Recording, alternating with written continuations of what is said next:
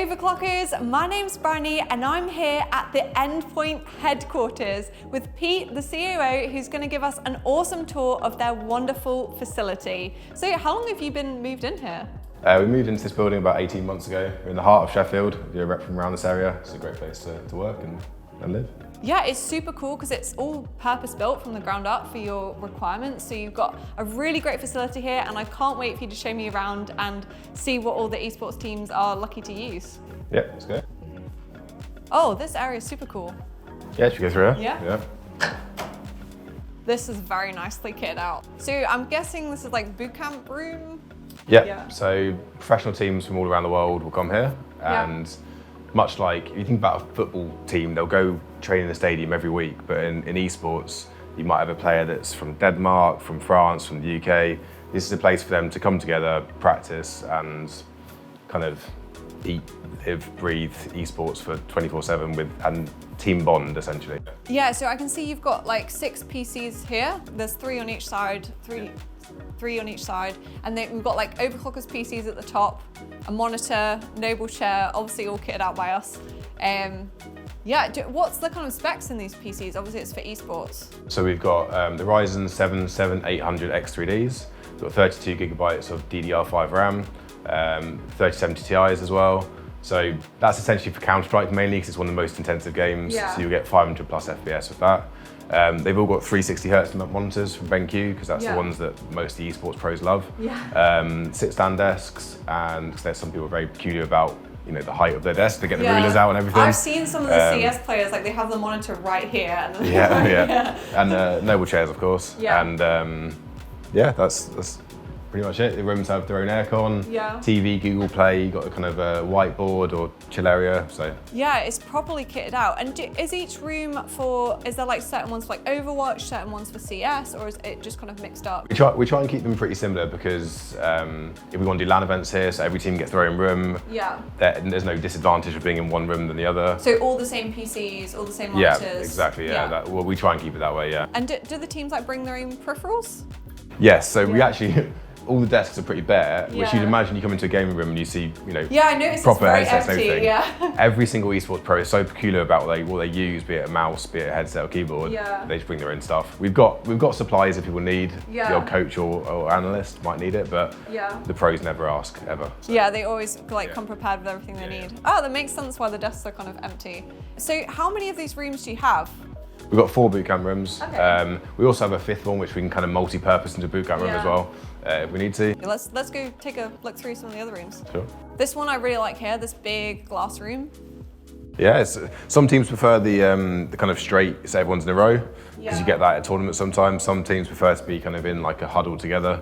So it gives a bit of variety. And do they kind of choose which one they want to book out? Yeah, exactly, So we kind of give them the layouts and they say, I would like that one. And what kind of esports teams do you have? So it's like CS2, Overwatch? Yeah, we've got Overwatch teams with us currently. I'm not sure what event they're going to, but we had Counter-Strike's teams here last week going for the RMR, going to the Major. We've had FIFA teams this weekend coming. We've had Apex Legends, Rocket League. We had a Pokemon Unite team once. All sorts, to be honest with you. So it's teams that are kind of traveling all over the world because there's a tournament happening in the UK and they need a base. Sometimes, So if there's an event in the UK, we're pretty much always full. Often, even events in Europe, mainland, they'll come here as well. Or there's an online event. Dota's quite a lot of online events, but they need players here. Also, online tournaments, sometimes they want the best players around the world in their tournaments, but they want to do online, so they need to get the players from America or Asia to come here as well, so ping difference isn't too bad. So they'll boot camp teams for European events as well. It's a really cool facility. So you can basically have like 4 teams here at once? 4 or 5, maximum, So obviously you've got the bootcamp rooms, but they also need some downtime as well. So I can see you've got this really nice space here. There's lots of natural light coming in. You've got this like sofa, there's a big TV. I'm guessing there's some cool consoles hooked up to that as well. Occasionally. There probably should be more. And you've got like a big kitchen space as well. So what's this kind of used for?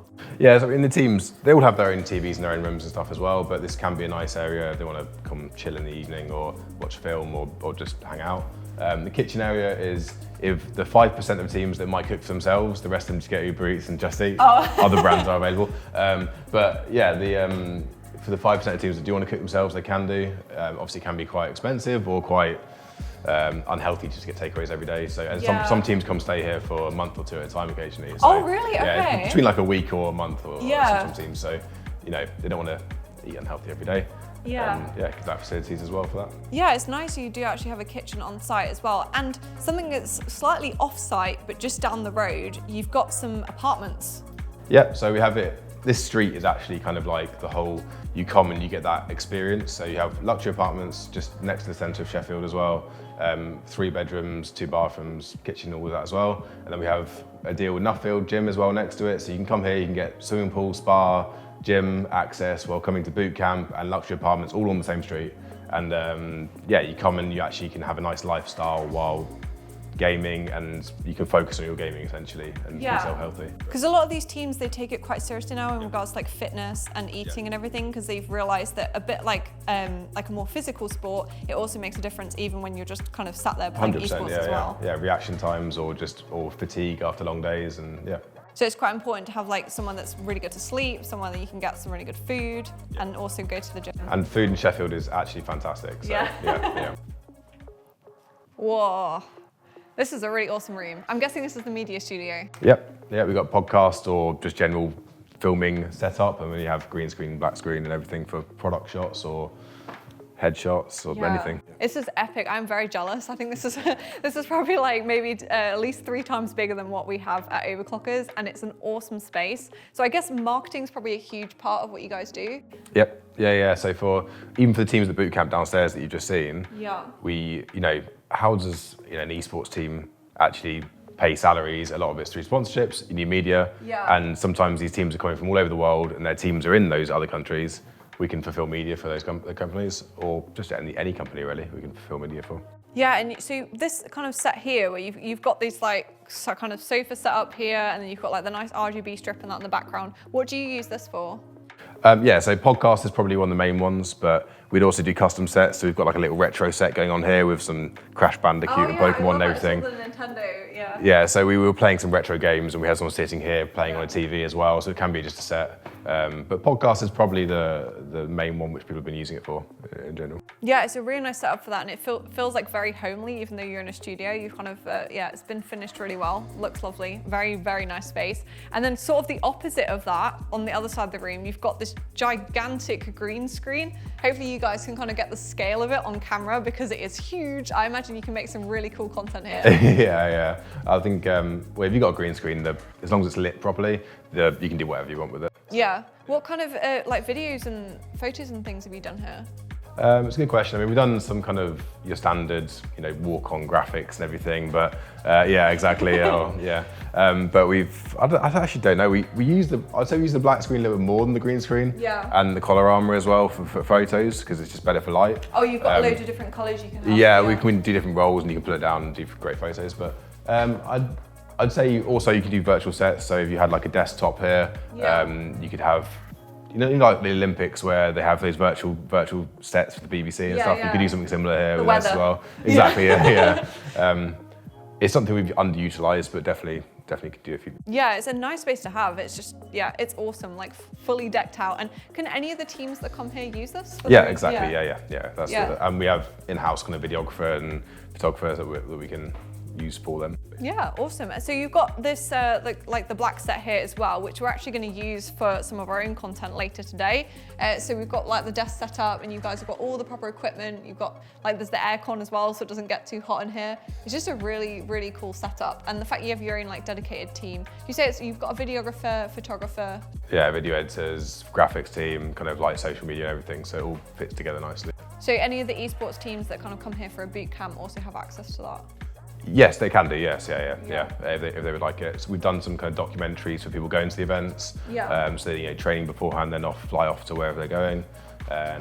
Or we've just done, they've just got New Jersey, so they need headshots or something, or and all sorts, Yeah, it's a really awesome set, thank you. Let's move on. Okay, what is this space? Yeah, this is kind of like staff area now. So we've got a really nice mural that was painted by Poop Noodle, if you know her as a streamer. She, nice Rocket League car, never stop everything is one of our slogans.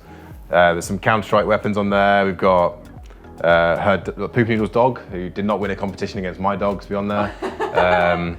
The old traditional IKEA jungle skog. It's like your mascot, was Sure, yeah, exactly, yeah. Jersey on. And yeah, some kind of Quake things and Rocket League things and so on, and just a bit fun. Yeah, and there's a Noble chair as well. Oh yeah, it's a Noble chair. Yeah. It's really cool actually. It just kind of shows the personality of Endpoint and just esports in general. It's just a nice little mural to have at the end. And so staff area, it's quite a nice space actually, lots of natural light. It's also where we do jerseys and stuff, or hoodies, and this kind of merch bit where we kind of ship out to people fans and stuff. Or mouse mats, like the random mouse mats.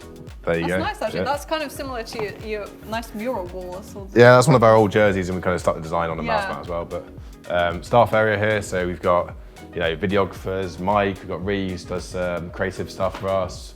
Jacob, who is in here today, who's from Overclockers, but now sitting at a desk. Tom socials, we have working area around here for staff. How many people do you have here working at Endpoint? We've got kind of 10 or 11 staff members, some subcontractors, pro players and stuff. There's about 20 to 25 people, depending on what we do. But is it a lot of like working at home, like hybrid working? Pro players, yes, and they kind of come in for boot camps. Influencers, same. Staff areas, kind of like hybrid working, for so people in the office half the week and not the rest. Yeah, it actually looks quite similar to the Overclockers office because you've got like the gaming PCs and gaming monitors and like the Noble chairs and things dotted around. It's a really nice area to work actually. And if we move on down to the end, I can see like maybe some very important meetings going on. Yeah, we've got kind of boardroom over here, and then So it's like your meeting room, like I guess future planning of Endpoint and like strategy and future kind of brainstorming room. When it's obviously got the office where everyone works together, so the whole team's in the same office and we kind of work together in some ways in that sense. But then if you've got more private meetings or other things you want to do in here, there's kind of big TV at the end. Yeah, for which we never use yet. We'll end the tour on our signature wall. There's some amazing people on this wall from all sorts of game titles. You get to be on it as well. What colour would you like to be? Oh, I'm going to go for blue. Let's go for blue. We've noticed that we've been kind of looking at the wall, the different signatures, and I noticed Spiffing Brit is on there as well, and we did a video with him kind of fixing his PC, so I'm going to go right next to Spiff. There we go. What an awesome way to end the tour. Thank you, Pete, for showing me around. It's been really interesting to see your headquarters here. Some awesome facilities. And if you guys enjoyed the video and you want to see more content, remember to like, subscribe, and I'll see you again in the next one.